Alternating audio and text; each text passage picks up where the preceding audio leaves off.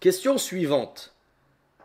Entre la lecture du Coran, les nawafil, qui me rappelle ce mot très important, nawafil, qu'est-ce qui signifie?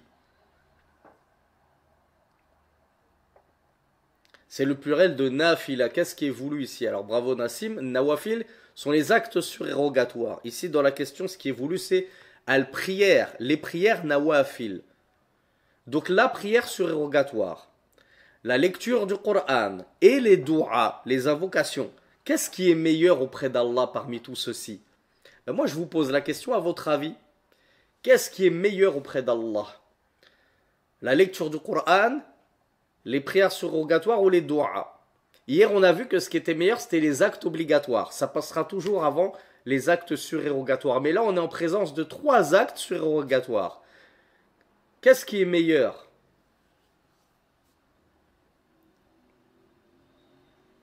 Alors, j'ai eu les 3 réponses. Certains m'ont dit que c'est la prière, certains m'ont dit que c'est la lecture du Coran, certains m'ont dit que c'est la doua. Et sans le savoir, vous avez tous bon.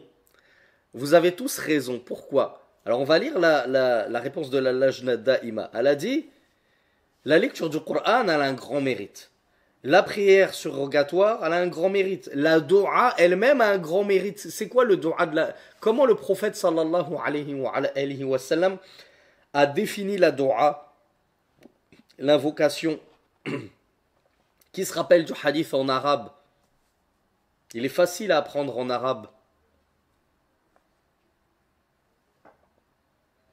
Bravo Youssef, bravo Yanis, bravo Sarah. Ad-du'a huwa al-ibada.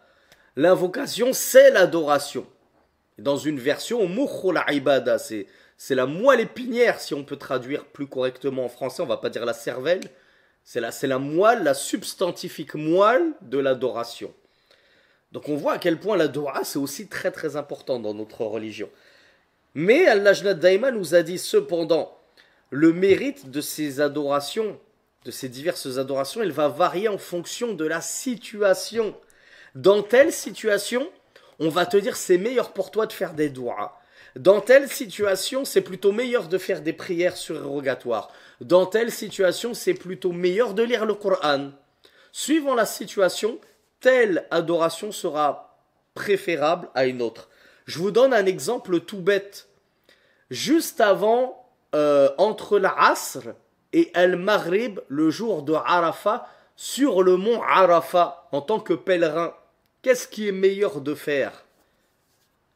Qui d'entre vous a fait le grand pèlerinage et qui se souvient de ce magnifique jour de Arafat où on se tenait sur la montagne? Qu'est-ce qu'on faisait sur la montagne?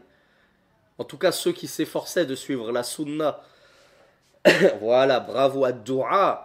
Les invocations, ça, c'est le moment où il faut se booster en termes d'invocation. Pourquoi? Parce que déjà, on sait qu'entre la prière du Asr et la prière du Maghrib, ou en tout cas le temps du Maghrib, on n'a pas le droit de prier surérogatoirement. C'est un temps où il est interdit de prier de manière surérogatoire.